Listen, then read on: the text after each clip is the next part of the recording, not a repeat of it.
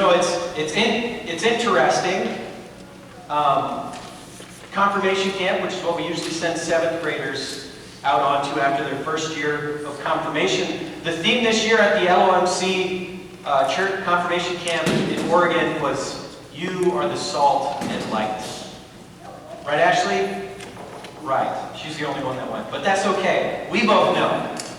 And they really harped on this verse. It had to do with this passage from Jesus. And there's something in there. There's a bit of, notice Jesus isn't saying you are going to be the salt and the light. He doesn't say you might be someday, if things do right, be the salt and light. Instead, he speaks to his disciples, he's teaching them, and he's letting them know in the present, you are the salt. You are the light. And seeing as disciples are the followers of God, we can ascertain that we too are being spoken to in Jesus' moment to know that you are the salt. You are the light. Now, to be considered salt of the earth in today's world, it usually means, it's kind of a trustworthy person, a reliable person, maybe modest. That's how I usually see it. In this instance, we think of, but if we think of salt itself, you can't really describe it without tasting it. If I tried to describe the taste of salt to you, I would have a very, very hard time. It'd be so much easier to just pop a couple grains on your tongue and taste what it means to be salt. And it tells us a little bit about, if we are salt of the earth, we are to be experienced.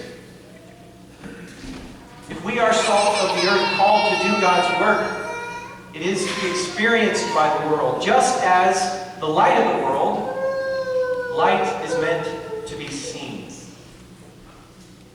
Light is meant to be experienced.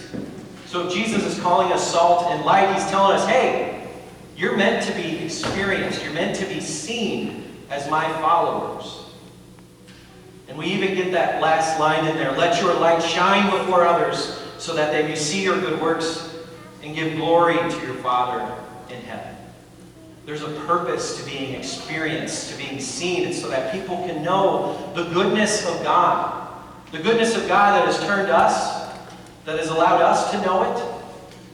When we get other people to know it too, that is the work of God. And it's interesting, because Isaiah really harkens on why, similar to this, Isaiah harkens on why we do what we do for God. There was a problem with the Israelites where they choose to fast, and they would go, oh, look at me. I'm so amazing because I'm fasting for a couple days. Isn't this amazing? But they wouldn't feed their help anymore. They wouldn't go and do good things. They just wanted to be recognized, to say, hey, look at me. I'm so awesome.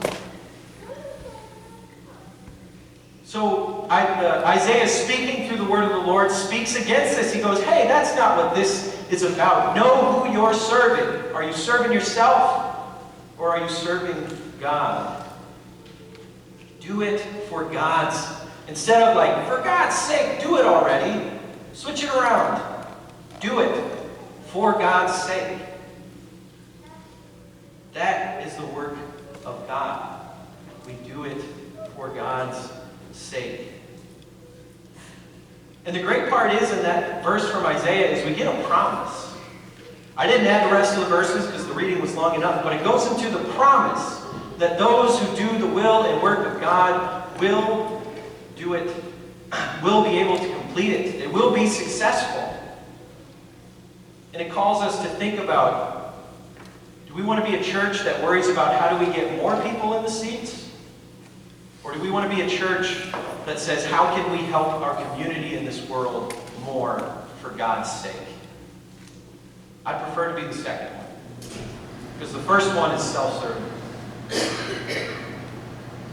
And that brings us back to why we do it for God's sake. There's a song sung by Lauren Daigle, and I just think she's got an amazing voice. I sang one of her songs last Lent, but it's called "You Are the Salt." It's called "Salt and Light," and she flips kind of this verse of Jesus saying, "You are the salt, you are the light," and she sings it to God. God, you are the salt. God, you are the light. And it's a reminder of where our saltiness, of where our bright, shining light comes from. It comes from God. It comes from Jesus Christ showing his love for us on the cross. That's the love, that's the light, that's the saltiness that we get to bring with us. And there's an interesting thing about salt. Left by itself, it is impossible to spoil. The salt can't spoil by itself. If you left it in a container and did nothing to it, it would be fine. What contaminates salt is outside things being added, introduced to it. We will keep our saltiness if we always keep our eyes set on God and what God has done for us. Set on sending the love of God rather than the love of myself. We have that promise in there that it won't be contaminated. And so it is with being a light. If a light's shining, it can't get so dark that a light doesn't still shine. That's impossible. Instead, what do we do with a light to make it not shine as bright? We maybe put down the mood light, dim it a little bit. We might cover it up so that others can't see it.